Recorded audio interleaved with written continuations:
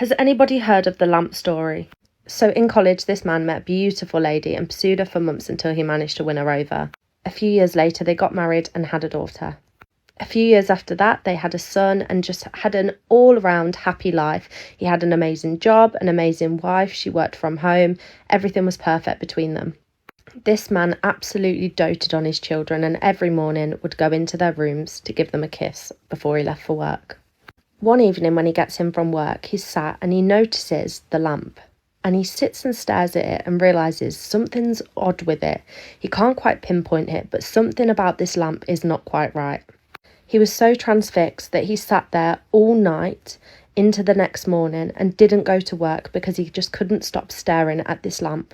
He stayed on that sofa for 3 days, and the only time he got up was when he needed to go to the bathroom. He just kept staring at this lamp.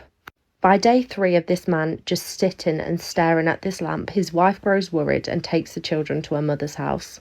And it was that same day that he had his realisation, and the realisation was that the lamp was not real. At this point, the lamp starts to grow wider and deeper, and all he can see is the colours of the lamp around the room.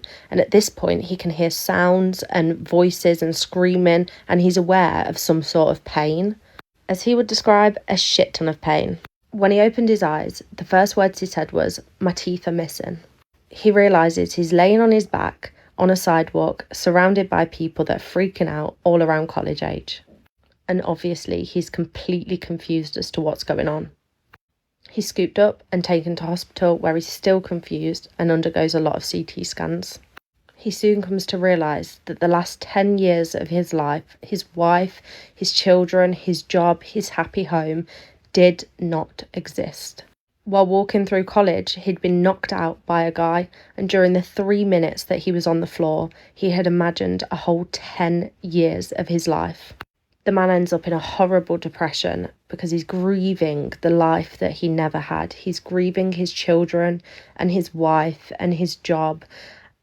Can you even just imagine that?